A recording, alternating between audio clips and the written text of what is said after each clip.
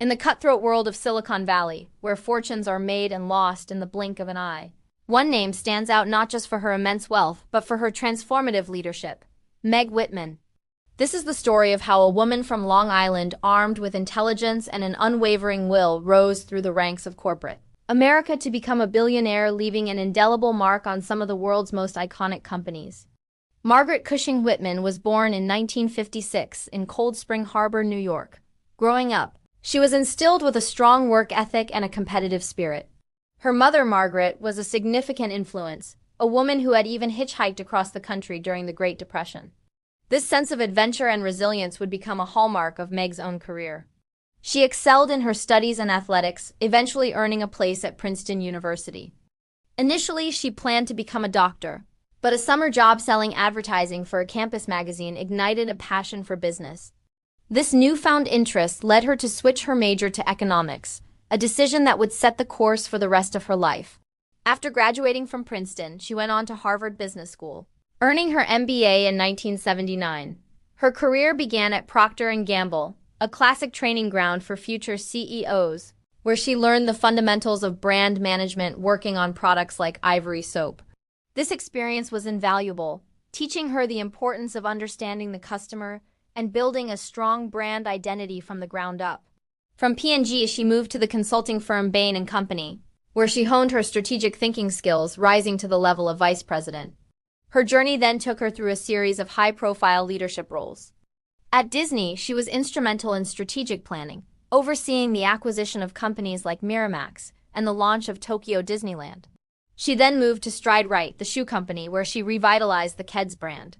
Later, as CEO of FTD, the global floral delivery network, she led the company's transition from a cooperative owned by florists into a private, for-profit entity, proving her ability to navigate complex corporate restructurings. Each of these roles was a stepping stone, adding new skills and experiences to her already impressive resume.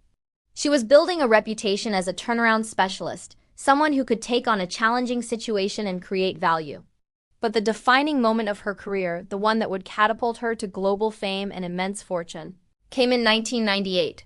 She received a call from a headhunter about a small, quirky online auction site with just 30 employees and less than $5 million in revenue. That company was eBay. At the time, the website was a chaotic, disorganized collection of listings. Many in her position would have seen it as a risky, perhaps even foolish, move to leave the stability of traditional corporate America for the wild west of the dot-com world. But where others saw chaos, Meg Whitman saw potential. She saw a community, a new way for people to connect and do business. She met with founder Pierre Omidyar and was convinced. She accepted the position of president and CEO. Her first task was to bring order to the chaos. She built a strong management team, many of whom she recruited from her previous roles. She restructured the company, creating distinct categories for the millions of items being sold. The website was redesigned to be more user-friendly, and new features like the Buy It Now option were introduced to broaden its appeal beyond just auctions. Under her leadership, eBay's growth was nothing short of explosive. She understood that the heart of eBay was its community of buyers and sellers. She focused on building trust, implementing a feedback system that allowed users to rate their transactions. This simple but powerful idea created a self-policing community and made people feel safe doing business online with strangers. She also made one of the most brilliant acquisitions in tech history, the 2002 purchase of PayPal for $1.5 billion. Many analysts were skeptical, but Whitman saw that a secure and easy payment system was the missing piece of the puzzle.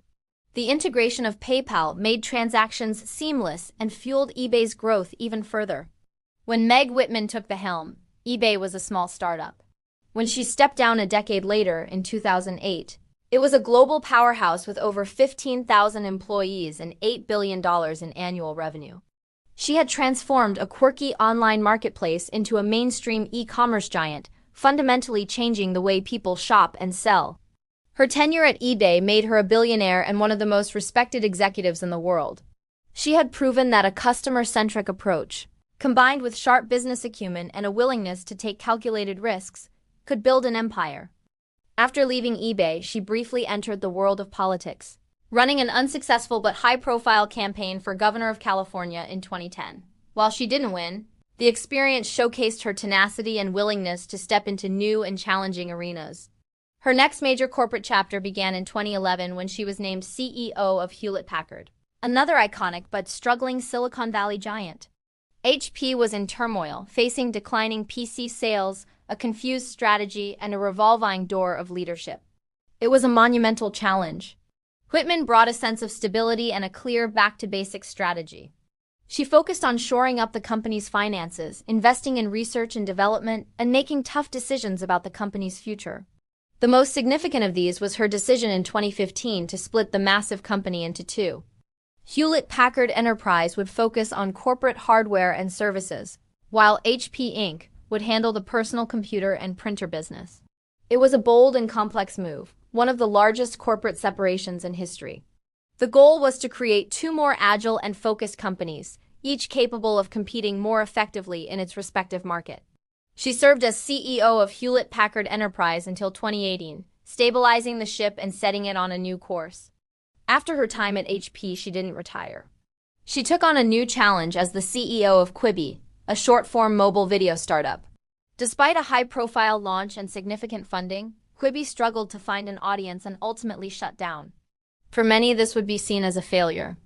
But for Whitman, it was another data point, another experience in the ever-evolving landscape of technology and media. It demonstrated that even for the most successful leaders, not every venture will be a home run. The key is to learn, adapt, and move forward.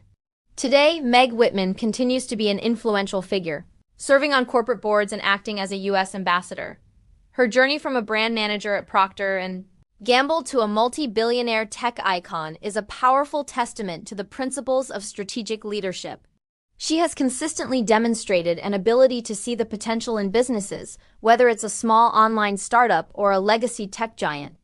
She builds strong teams, focuses relentlessly on the customer, and is not afraid to make bold, transformative decisions.